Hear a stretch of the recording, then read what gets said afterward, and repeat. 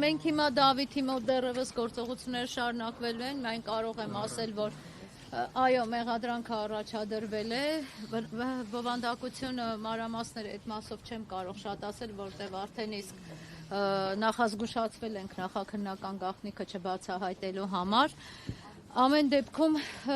այս պահին ամենակարևոր բանը, որը կարևորում ենք, դա երեխաների, տղաների ազատությունն է։ Միքայելը այս պահին ձերբակալումից ազատ է արձակվել, բայց ասեմ, որ ունի դեռևս ունի, այո, մեղադրյալի կարգավիճակ, հուսամ, որ այդ կարգավիճակն էլ շատ շուտով արդեն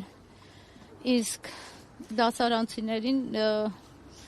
հուզմունքս մի քիչ շատ ազուտ են առումով, ես չեմ ասում, որ վայ, գործը կարճվեց, չգիտեմ ինչ, բայց դուք բոլորդ եք հասկանում, մեր համար 18 տարեկան երեխային ազատության մեջ տեսնելը ամենակարևորն է։ Հիմա ազատ է արձակվել, որտեղ խափանման միջոց չի ընտրվել։ Արդեն ընտրվել է խափանման միջոց, բացակայելու արգելք է ընտրվել։ Եվ մի քանի հարց էլի, գաղտնիքը չբացահայտելով նախաքննության, օժանդակել, կազմակերպել, այսինքն Գևորգ Գևորգյանը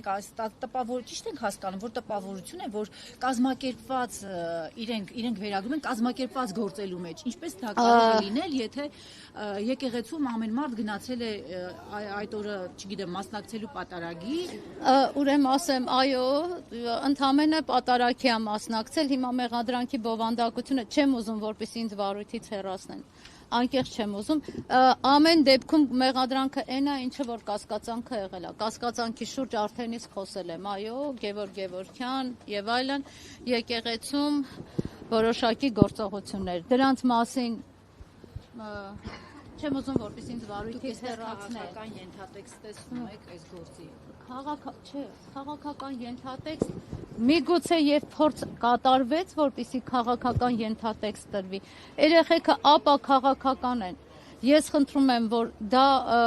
այն որ ասում կարմիր գծի պես խնդրում եմ, որպես բացարձակ ճշմարտություն ընդունեք։ 12-րդ դասարանի տղաներ են, էլի, չէին էլ կարող քաղաքական գործունեությամբ զբաղվել, որևէ քաղաքական գործչի հետ կապ չունեն։ Ես դրա համար չէի ուզենա, քանի որ Փաշինյանն է եղել այդտեղ։ Դե փորձ բնականաբար ես այդ ամենը հասկանում եմ։ Այո, կարող է եւ որոշակի քաղաքական ենթատեքստ փորձ էլի եմ ասում կատարվեց մտցնել, բայց երեխաների, տղաների, եթե անգամ եւ կա, տեսեք ասում եմ, եթե անգամ եւ կա, դա քաղաքական ինչ որ ենթատեքստ չուներ իրանց կողմից կատարվածը։ Բայց ես մենակ խնդրում եմ մի բան արձանագրենք, որ երեխեքը մեր գնահատմամբ ընդհանրապես որևէ բան չեն արել։ Գևորգ Գևորգյանի հետ էլի եմ ասում չեն ծանոթացել, ուղղակի որ քննչականի կողքի աշխատասենյակում էր մի տղային ուղեկցեցինք, երևի Միքայելին էր ուղեկցեցին, Գևորգին էլ այլ տեղ էին ուղեկցում։ Ասեցի ինքն է Գևորգը, ում հետ որ դուք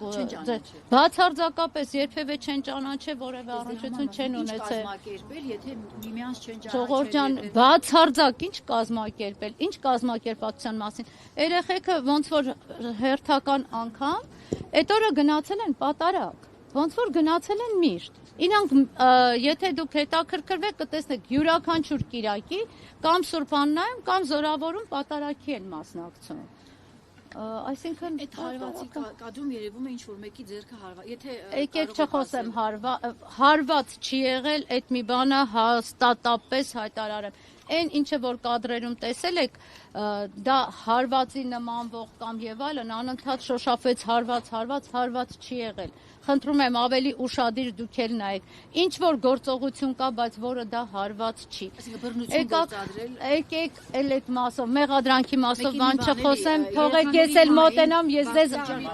Դավիթի մասով հիմա նորից ներս պետք է գնանք, որտեվ Դավիթի հետ դեռևս շարունակվում է հարցաքննվելը, հիմա նորից մեկ այլ հարցաքննություն ունենք, հիմա ես եւ Լուսինեն ներս կմտնենք։